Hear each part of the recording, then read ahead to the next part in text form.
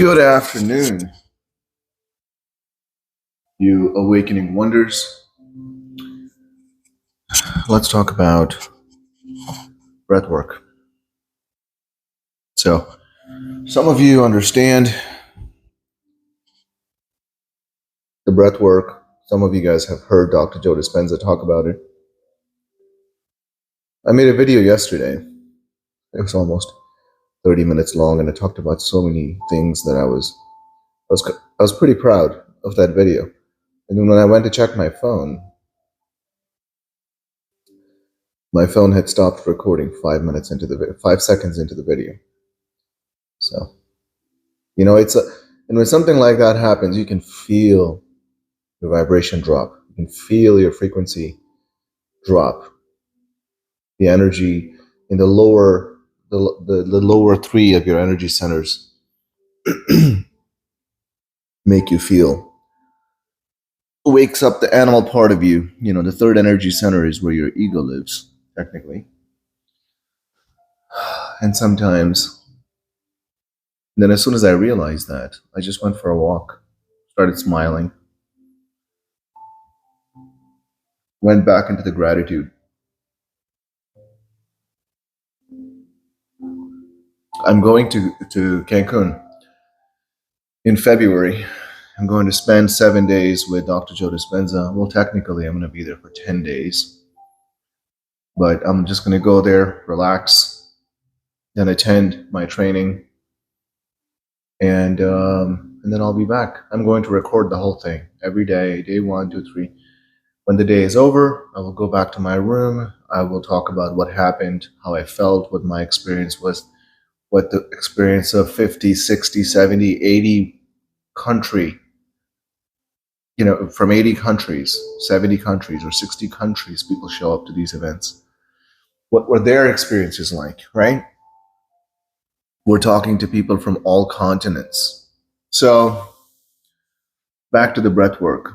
So breath work is an idea where you move your energies all the way to your 7th energy center, right? You want energies to move up. That's evolution. So when you harmonize your energy centers, right?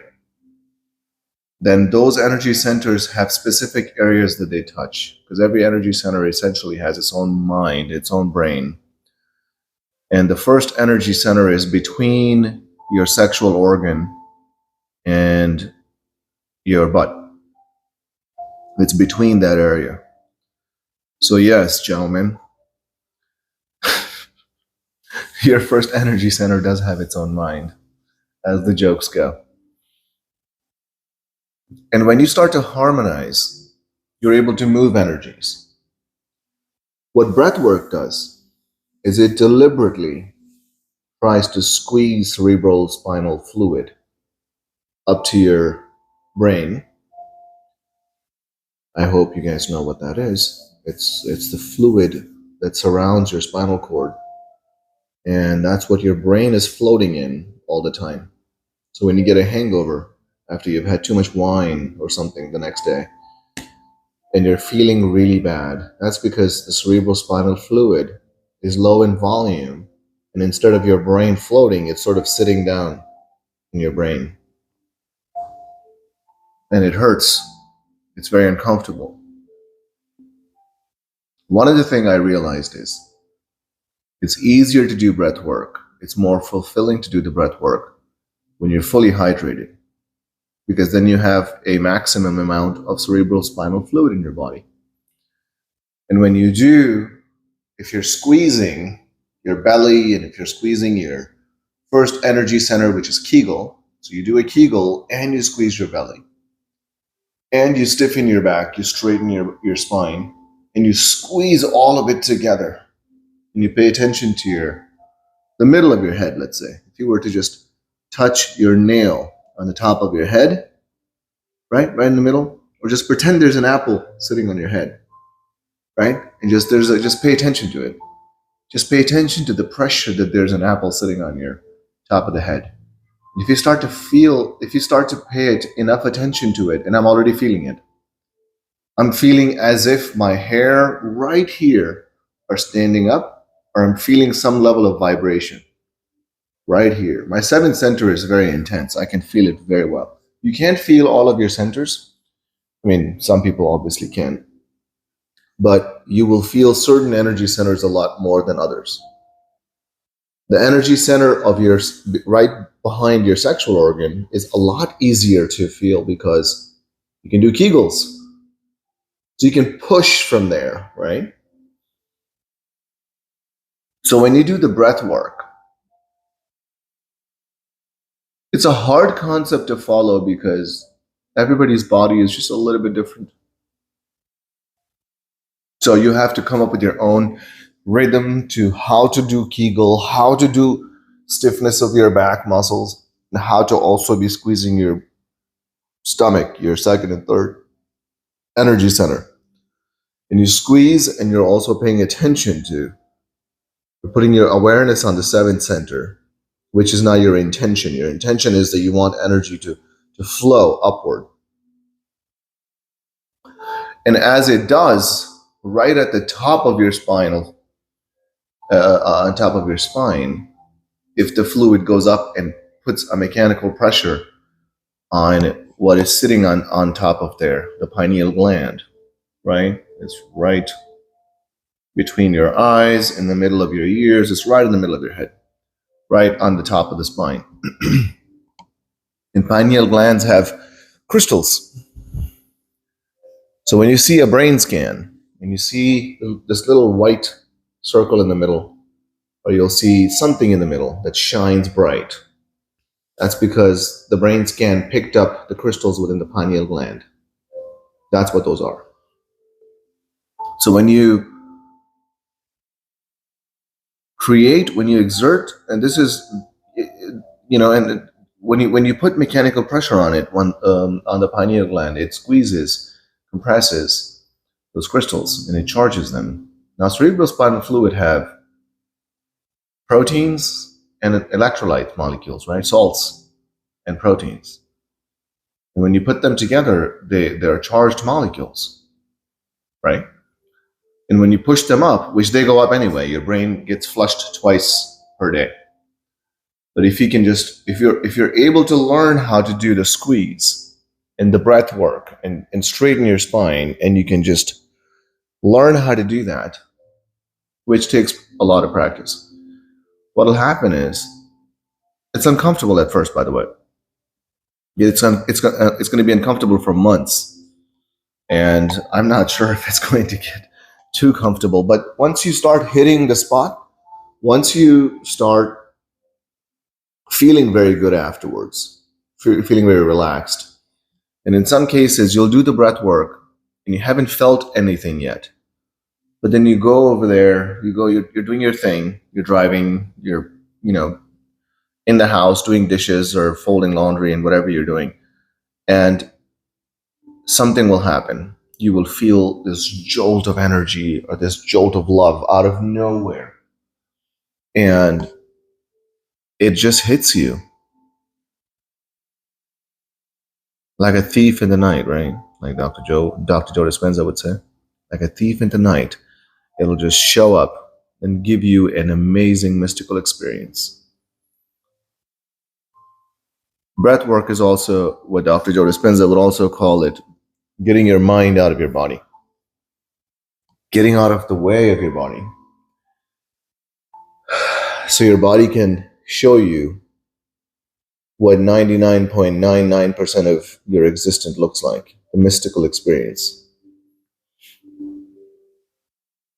So I'm going to another advanced training, and I'll be with a bunch of advanced students and a bunch of new students, and with Dr. Joe. And I will tell you guys about everything. And it's going to happen in about 70 something days, 2.5 months. So I have my own personal goals for 2.5 months of what I want to accomplish before I go there, and I will do that.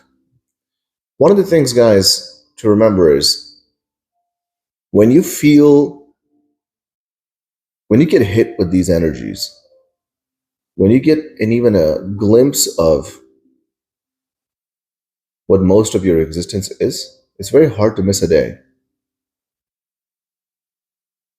I'm looking for excuses to grab my headphones and my blindfolds. And I'm lucky I live alone with a dog who's a very quiet dog. He's a very good dog. So he's very so I have my space. I'm lucky that way, that I can just turn everything off and put my blindfolds on and just get in the mode. What Dr. Joe Dispenza did, he had a family, he had children. He would sometimes just put blindfolds on. And once you get good at these meditations, you can do them anywhere. You could be walking in an airport and you'll start focusing on different energy centers. You'll get into a meditative state. You'll get into the love state. Guys, when you get in touch with reality, you realize that you most of the time live in less than 1% of reality. And the other 99% of reality is so much that no mystical experience, no touching the divine will ever feel the same. It's always different because you're touching infinite. What are the chances you're going to be touching the same spot of the infinite every time? Practically zero. So that's the breath work. Now, when do we do breath work? There are times when I have small songs that are also guided songs. So 5 minutes, 6 minutes long of just simply doing breath work. Now, breath work can be intense. It makes me sweat. Head to toe, I start sweating. It can sometimes get pretty intense. And sometimes what I'll do is certain meditations of mine, the meditation will obviously guide you through it. But you'll first relax, you'll get into your zone, you'll start to feel the air around you, you will expand your awareness, right? And once you do that, then the breath work begins. And then you'll do a couple different breath works. You'll do breath works, I don't know how many times, 5, 6, 7, I don't know. And you'll do that. And then you'll get into the rest of the meditation. You will relax afterwards, and then you will start to focus. And it'll guide you through different layers and sequences of either, depending on what meditation you're doing, it'll guide you through that. And at the end of the meditation is when you drift away. When you just allow your mind, body, autonomic nervous system to just receive information. And what it does is it changes your body in a very small way, sure, maybe in a big way in some cases, chemically and literally. It heals you. It starts to change information within your quantum. And when you change information in the field, you change your hologram. You start to see synchronicities. You start to see and witness coincidences. And then things change.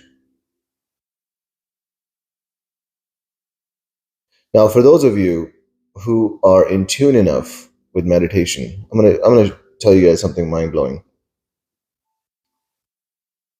I called my auto finance company, and I said, I want to make payments for next 6 months so I don't have to make payments for 6 months and not have to think about it. So I made the payment. And before we hung up, he said, by the way, congratulations on your raise and your promotion. I was like, excuse me? He's like, we did it. We manifested it. And I was like, we? Who's we? And he started laughing. And then he said, anything else I can help you with? And I said, no, and I hung up. And I was talking to him when I was out there in my backyard. I was looking at my pond. And I just hung up and was just staring off into the abyss or just the pond. And I was like, what the heck just happened?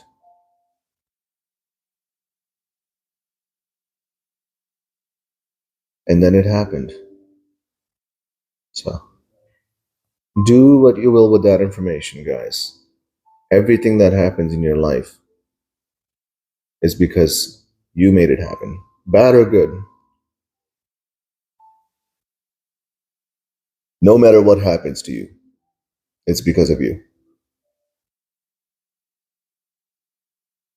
It's a very hard pill to swallow, because if you don't create your reality, you fall prey to the randomness of the quantum. If the quantum doesn't know what you want because you're not sending clear frequency messages, then the quantum will just grab some random things out of the infinite and give it to you. Sometimes good things happen to you that you didn't expect and you didn't ask for, and sometimes extremely bad things will happen that you didn't ask for. Either way, you made it happen. So I'm going to leave it at that.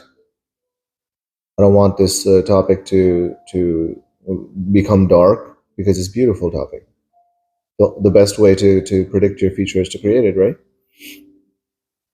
Think beautiful things. Be thankful for what you want before it happens. That's the trick. We are getting more and more better at understanding the reality.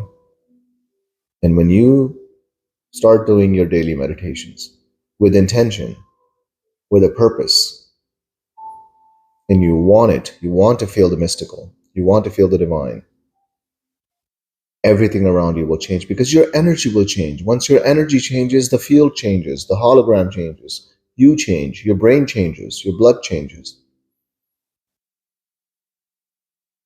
What is disease? It's low frequency. All disease is low frequency. You raise the frequency, the disease disappears. You raise the frequency on a particular energy center, harmonize it. The disease will just go away. Tumors, Parkinson's, MS, stage 4 cancers, arthritis, autoimmune diseases, extreme eczema, blindness. People can see. No doctor is touching you. You're not going to see doctor. You're doing it yourself. You just get good at doing this work. Everything in you will change. Your entire experience of hologram will change. Mind-blowing? Yes. I know. And I'll keep saying it. How the heck is this not all over the media? The news. That we are the creators. We make everything happen. When bad things happen in the world, that's because we did it. And when bad things happen in the world, because we did it. So, if you guys have any more questions about meditations, when to do them, how often to do them, the breath work, specific questions about breath work, let me know and I'll go ahead and answer them. Until then, I hope you guys enjoy your beautiful day in this amazing universe, and I love you.